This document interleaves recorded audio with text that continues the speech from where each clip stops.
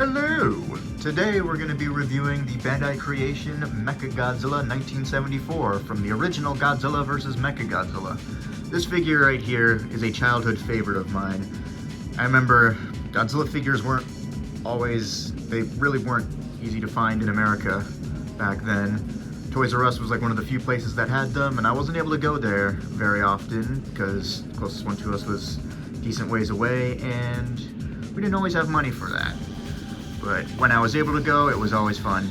And I remember when he got reissued, I went ahead and got him along with his Fusion figure, which was a little line that Bandai Creation did that I think is mostly forgotten now, where they just like made a translucent version of a figure they already had.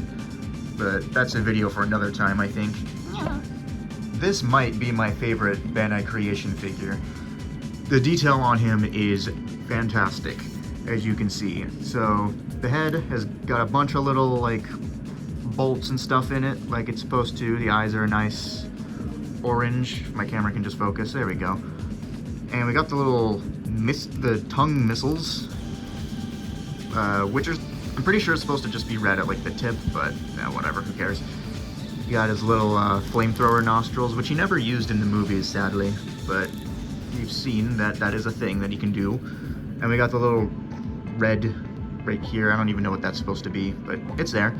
And we got the big pointy thing on top of his head. I guess if he wants to like headbutt somebody, it'll be fairly effective. Maybe if it had pointed upwards more, it would have been more effective because you could just like stab them. But oh well.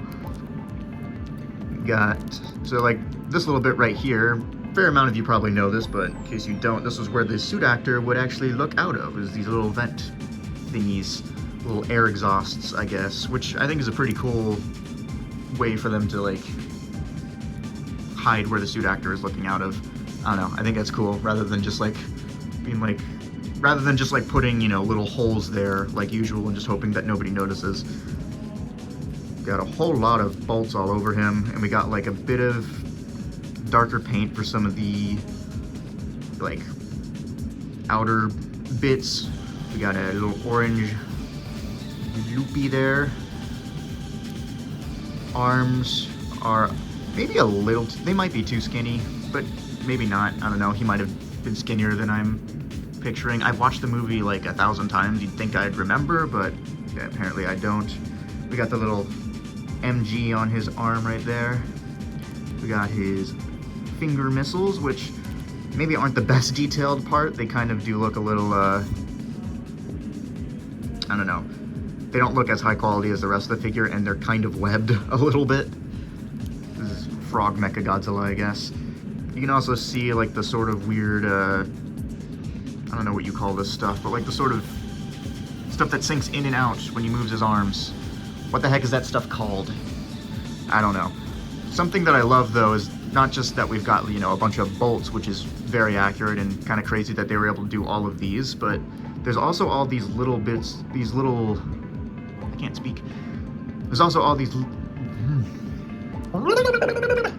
something I really love is how we've got a bunch of these like creases in here, which is not how metal works, but it's how rubber suits work. So they kind of went for more of a, this is a rubber suit deal with this figure, which I honestly really like. It's especially noticeable with the legs, like back here. We've got this very big fold right there, and another one right over here that's a little rougher. Looks like this leg has been through a little more action, maybe. We got a little orange PP button, I guess? I don't really know.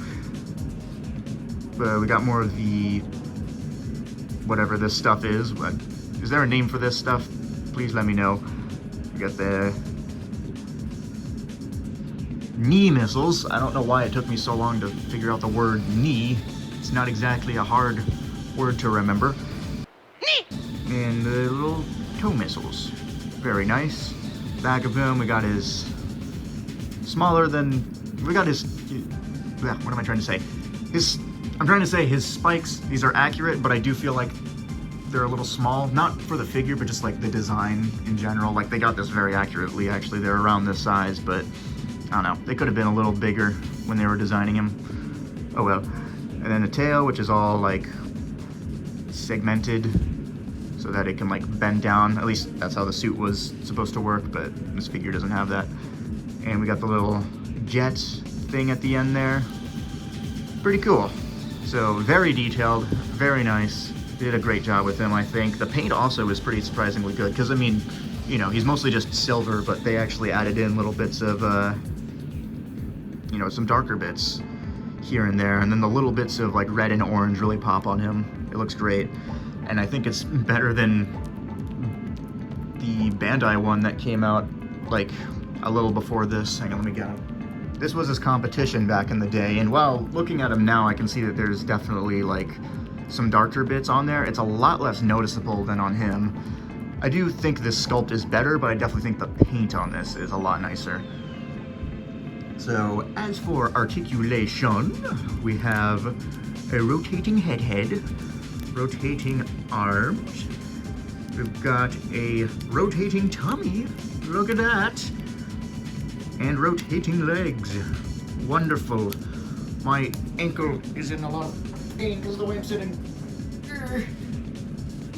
Okay, that's better. So we got a total of 6 points of articulation, I believe. Yes, that's 6. That's math, yay. I did a math, woo!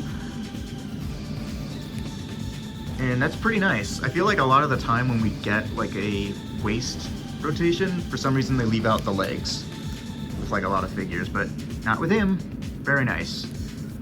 So as for size comparison, I don't have a 74 Godzilla, unfortunately, but I have 75, which is basically him, but with a grumpier face. And it's not quite accurate. He's supposed to be like, I think a little taller, like I think around, my mind is drawing a blank. He's either like just a little bit taller like this, or he's like all the way up here. One of the two. They just bumped noses right there. They look pretty nice together. I want to get him in a headlock. I just realized his arm is like, it looks like it's in good arm lock position. Yeah, there we go. Ah! I'm realizing how pointless this is, because you're a robot, I can't choke you. Yeah, idiot. Ugh. Get fucked. Ugh. I also don't have King Caesar to compare him to. Even though Bandai Creation did release a King Caesar as well, but for some reason I never got him. I don't really know why, and I don't actually have any King Caesars in my collection at the moment. I'm gonna have to fix that at some point, I think. They didn't really make many of him, did they? One pose, I kind of should have said this, you know, with articulation, but one thing I like to do is just put him in this pose, because it looks like he's about to like fire off his missiles. Can the camera just like focus, please? Please? There we go. Like that, yeah. I think that's like a cool little action pose. If you can get him for a reasonable price, I'd say like probably pay at most like $35 for him.